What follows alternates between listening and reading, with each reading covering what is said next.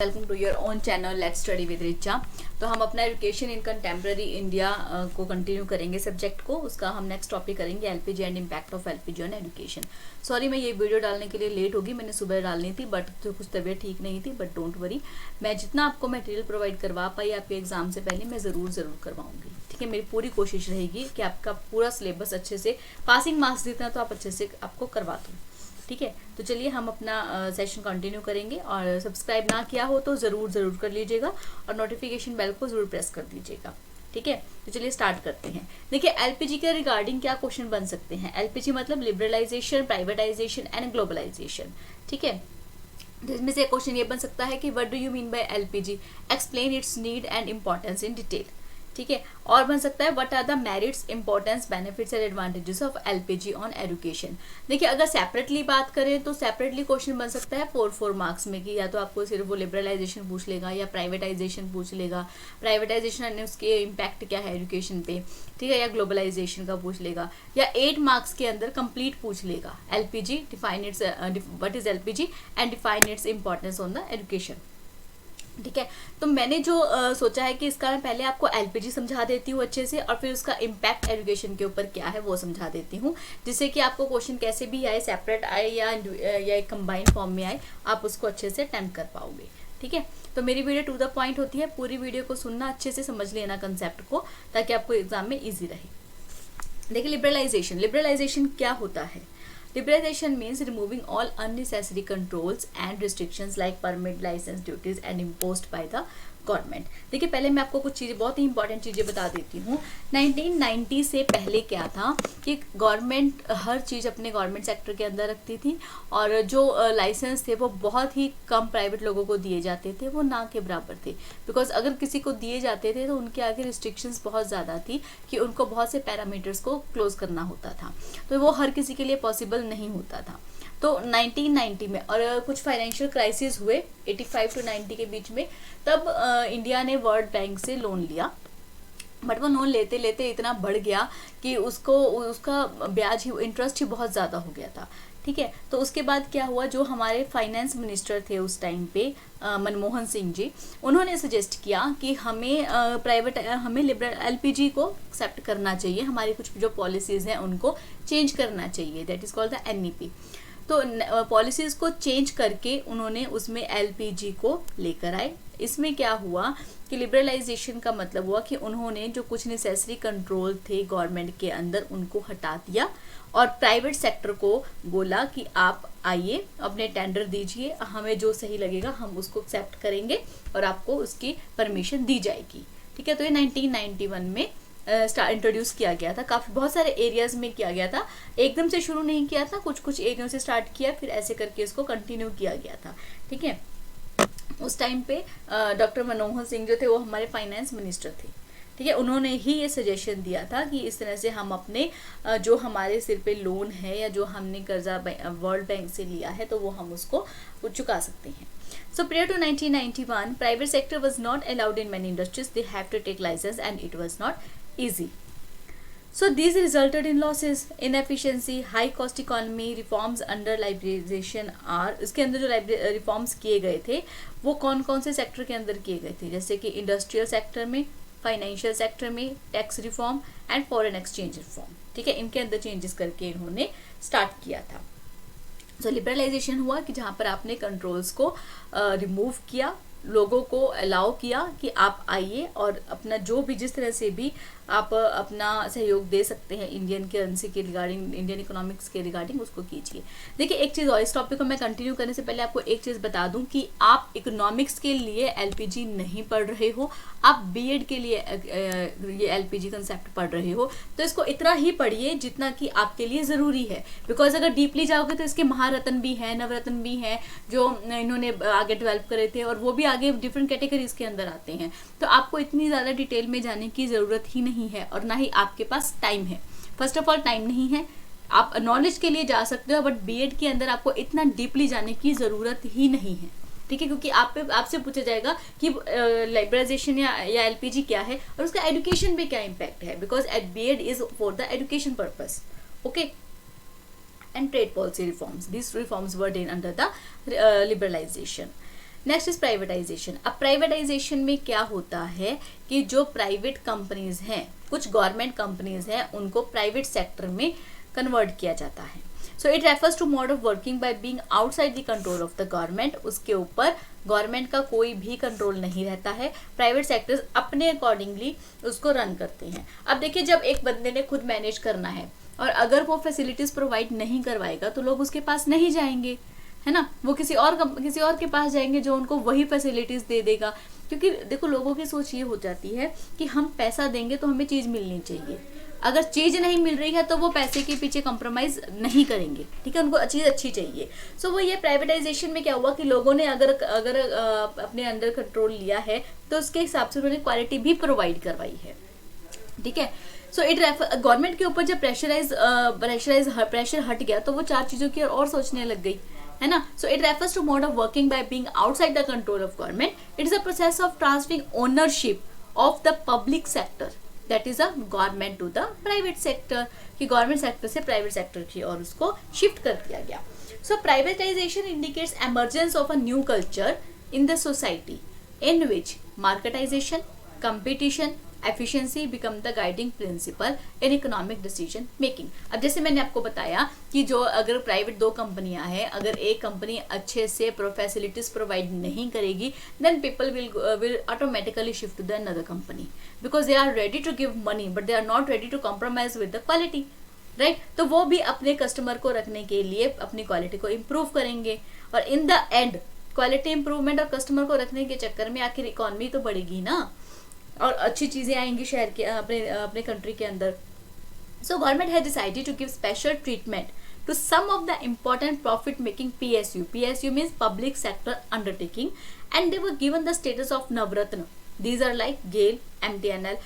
Sufficient है, आप उनके अगर एक दो नाम लिख देते हो बीएड के लिए सफिशिएंट है, आपको इनके आगे डिटेल में जाने की जरूरत नहीं है। So government has granted greater operational, financial and managerial autonomy to some other profit-making enterprises called mini रत्न्स, ठीक है। तो इस तरह से इन्होंने महारत्न, नवरत्न और मिनी रत्न्स बनाकर उनको कंट्रोल दिया और उनके काम को स्टार्टिंग में उन्होंने नजर रखी कि किस तरह से करते हैं और फिर बाद में उनको पूरी तरह से फ्रीडम दे दिया। Next is globalization. अब ग्लोबलाइजेशन में क्या हुआ? Globalization means integrating the economy of a country with the world economy. देखिए, ग्लोबलाइजेशन मतलब उनको अलाउ किया कि वो अपनी कंट्री से बाहर जा सकते हैं, ठीक है। बाहर वाली कंपनियां इंडिया में आ सकती हैं, इन्वेस्ट कर सकती हैं, तो जिससे कि मनी की रोटेशन होती है, ठीक है। So it refers to growing economic interdependence among countries in the world with regard to technology, capital goods, services, information, people, or so many things. So globalization has 4 parameters. Reduction of trade barrier to permit free flow of goods and services across national frontiers like import and export, right? Next is creation of an environment in which free flow of capital can take place. अब देखिए, अब इस तरह का environment भी तो provide कर दिया ना, कि पहले भी जैसे कि प्राइवेट कुछ चीजें प्राइवेट को दी जाती थी बट उनके ऊपर रिस्ट्रिक्शंस इतनी थी, उनको इतने पैरामीटर से क्रॉस करके निकलना पड़ता था कि कुछ तो कहते थे कि नहीं जी हम तो रहने ही देंगे, ठीक है। तो उन्होंने बोला, सरकार ने बोला, उस टाइम पे गवर्नमेंट ने बोला LPG के थ्रू कि आप लोग आइए, अपने स्कूल खोलिए, अपने हॉस्पिटल खोलिए, जिस तरह की भी सर्विसेज आप प्रोवाइड करवा सकते हैं आप करवाइए। आउट ऑफ इंडिया जाना चाहते हैं तो जाइए, नो इशू, और बाहर वाली कंपनियां आ रही हैं तो आइए। मतलब उन्होंने रिस्ट्रिक्शंस को कम किया। Creation of an environment to allow free flow of technology among the nation states, क्योंकि देखिए अगर हमारे कंट्री के लोग बाहर जा रहे हैं, वो वहाँ पे नई टेक्नोलॉजी को देख रहे हैं, तो उसको वो अपनी कंट्री के लोगों को भी सजेस्ट करेंगे कि हमने वहाँ पे ये देखा था तो आप भी इस चीज़ को ट्राई कर सकते हो। या वो बताते हैं कि जी हम जिस कंट्री में रह रहे हैं वहाँ पे तो एजुकेशन इस तरह से होती है, या फिर शॉपिंग इस तरह से होती है, यहाँ पे ये सिस्टम है, तो वो दूसरे अपने इंडिया के लोगों से शेयर करते हैं, तो वो भी सोचते हैं कि हाँ हम भी इस तरह से कुछ ट्राई कर सकते हैं। तो वो अपना बिजनेस ग्रो करने के लिए नई चीजें ट्राई करते हैं, बट इनडायरेक्टली तो वो अपनी कंट्री के लिए ही कर रहे हैं, है ना। Next is creation of an environment in which free movement of labour take place. अब देखिए उनको एनवायरनमेंट दे दिया ना, अब स्टेट टू इतनी स्टेट्स हैं हमारे इंडिया के अंदर, वो एक स्टेट से दूसरी स्टेट तक जा सकते हैं, है ना, एक कंट्री से दूसरी कंट्री तक जा सकते हैं, तो उनको फ्री मूवमेंट के लिए अलाउ किया गया। Now we will discuss the impact of LPG on education. Firstly, liberalization and education. Liberalization in education means a spirit of freedom and openness, कि लोग खुलकर अपनी बातें कर पा रहे हैं, वो टेक्नोलॉजी को यूज़ कर रहे हैं, है ना. It aims to bring relaxation, flexibility, accommodation of diversities, tolerance of others' interest. Liberalization in education allows anyone can open their school, college, university and institute if he or she fulfill the eligibility criteria of government. कि जैसे कि उनको अगर school खोलना है तो उनके पास school के लिए इतनी स्पेस होनी चाहिए, स्कूल के साथ में प्लेग्राउंड के लिए इतनी स्पेस होनी चाहिए, अगर स्कूल में बच्चों की इतनी स्ट्रेंथ आती है तो उनके ऊपर इतने बच्चे, इतनी रेशियो पे इतने स्टूडेंट्स होंगे, जैसे 1:40 के ऊपर 1 टीचर होगा एक क्लास के अंदर. तो इस तरह से कुछ इन्होंने क्राइटेरिया बनाया कि आप खोल सकते हो, बट ये क्राइटेरिया आपको फॉलो करना पड़ेगा. ठीक है. So here the process of opening any education institution is very simple, not complex. Because of liberalization in education, quality of education improves. So competition among school increases. Schools start give more facilities to students in order to enhance their learning. So hidden talent of students come out because of liberalization in education, because schools are allowed to open their own academies like sport, dance, yoga etcetera. अब देखिए जैसे मैंने आपको बताया कि schools, private schools खुले, लोग वहाँ पे गए. अब एक स्कूल ने तो सिर्फ एजुकेशन दी है, दूसरे स्कूल ने साथ में कुछ योगा एक्टिविटीज स्टार्ट करवा दी, तो फिर पेरेंट्स ने सोचा भाई उस स्कूल में तो बच्चों की फिजिकल पे भी ध्यान दिया जा रहा है, तो हम भी अपने बच्चे को वहाँ शिफ्ट कर देते हैं. तो जब देखा कि बच्चे जा रहे हैं तो पहले वाले स्कूल ने क्या किया, अपने अंदर उस चीज़ को, फिजिकल एक्टिविटी को तो इंक्लूड किया ही, जैसे कि योगा को तो इंक्लूड किया ही, साथ में उन्होंने डांस और स्पोर्ट्स के रिगार्डिंग भी चीज़ें शुरू की, उस इंस्ट्रूमेंट लेकर आए, मटेरियल लेकर आए, उसकी पब्लिसिटी की. तो इस तरह से वो अपने लिए भी ग्रो कर रहे थे और उसी हिसाब से वो कंट्री को भी ग्रो कर रहे थे. ठीक है. Next is privatisation. और इस ग्रोथ से जब स्कूलों ने अरेंजमेंट्स किए ना, तो बच्चों के भी जो उनका इंटरनल कॉन्फिडेंस था वो बिल्डअप हुआ. ठीक है. उन्होंने भी बढ़कर हिस्सा लिया, उनकी जो कैपेबिलिटी थी उसको निखारा. So next is privatisation in education. Because of privatization, the quality of education improves. You can see these in your daily life. The majority of student of primary government school is not able to read the book. अब देखिए government में जब सब चीज़ें जब government पे ही depend थी तो पॉपुलेशन तो बढ़ ही रही थी. अब गवर्नमेंट के पास इतना एकोमोडेशन ही नहीं थी जहाँ पर कि इतने सारे बच्चों को पढ़ाया जा सके. ठीक है. टीचर्स तो फिर भी अवेलेबल करवाए जा सकते थे, बट स्पेस अवेलेबल करवाना बहुत मुश्किल थी. और फिर इतने ज़्यादा बच्चों के लिए टीचर्स अवेलेबिलिटी, क्यूरिकुलम अवेलेबिलिटी, सब कुछ मैनेज करना बहुत डिफिकल्ट हो रहा था. जब गवर्नमेंट ने प्राइवेटाइजेशन किया तो उन बच्चों को शिफ्ट कर दिया गया. वो बच्चे खुद ही, उनके पेरेंट्स ने शिफ्ट कर दिया उन बच्चों को, और फिर गवर्नमेंट का बर्डन कम हो गया. ठीक है. जो बच्चे फीस नहीं दे पा रहे थे वो गवर्नमेंट में रुक गए, और जो दे पा रहे थे वो प्राइवेट में चले गए. तो प्राइवेट स्कूल्स ने क्या किया कि अपने अकॉर्डिंगली, अपने जिस तरह से भी वो मैनेज कर सकते थे लोग बच्चों को, उन्होंने मैनेज किया. So privatization in education means the government transfer the function of government school to private sector people. PPP, that is public private partner, has become a slogan in new development strategy. It is projected as an innovative idea to tap private resources and to encourage the active participation of the private sector in national development.